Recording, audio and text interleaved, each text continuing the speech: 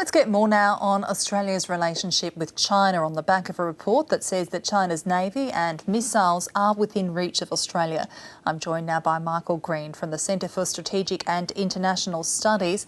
Can you tell us first, your report found that this alliance between Australia and the US is indeed thriving. Is there a risk, though, of Australia becoming complacent? We should always guard against complacencies in alliances, particularly in alliances as important as ANZUS.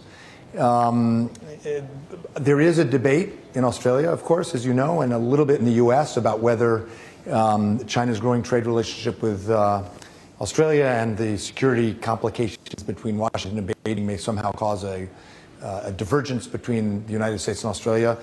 We, the authors of this report, don't think that's the case. But it is understandable this debate is happening because China's rise is making everyone's life more complicated. So what we wanted to do in this report is reaffirm the strength of the alliance, but look at how we have to rethink some of the specific diplomatic and military and economic tools we use to do what we both want, which is have a good relationship with China, but dissuade our friends in Beijing from thinking that pressure and coercion against smaller states is going to work for them. The Prime Minister responded in part to your report today, emphasising Australia's friendship with China. But of course, the key headline here is this notion that perhaps China has missiles that could reach Australia. Can you take us through those findings?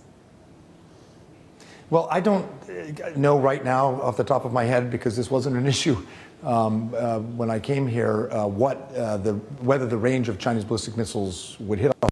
But the Chinese have missiles that can hit the west coast of the United States. So even if that capability is not explicitly there now, it's not inconceivable it would be there sometime in the future. And even without ballistic missiles, China's cyber capabilities are enormous.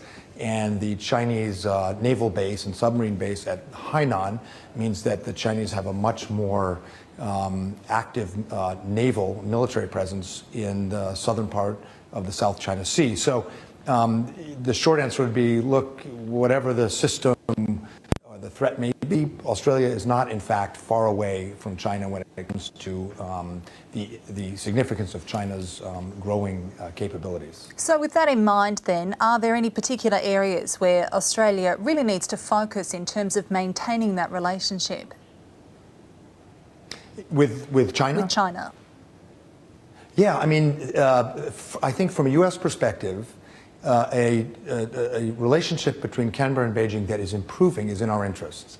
I mean, every president since Richard Nixon has premised their Asia policy on the assumption that China will continue being a more responsible member of international society, and that the United States and the American people and our friends and allies will benefit from trade and educational exchange with China. That is still basically a correct assumption, but it's being questioned because the Chinese side is using its growing budget and clout and, frankly, nationalism to start intimidating smaller countries like the Philippines, Vietnam, India, even Japan. And so we have to think about how do we lay down some markers, make it clear that this is not acceptable behavior, that it doesn't mean we're switching, we being Australia, the United States, or other maritime democracies. We're not switching to a containment strategy. That would be disastrous for our own interests. But we need to demonstrate that we don't have a tolerance for the use of coercion against smaller states in this region. Michael Green, we'll leave it there, but thanks so much for joining us today.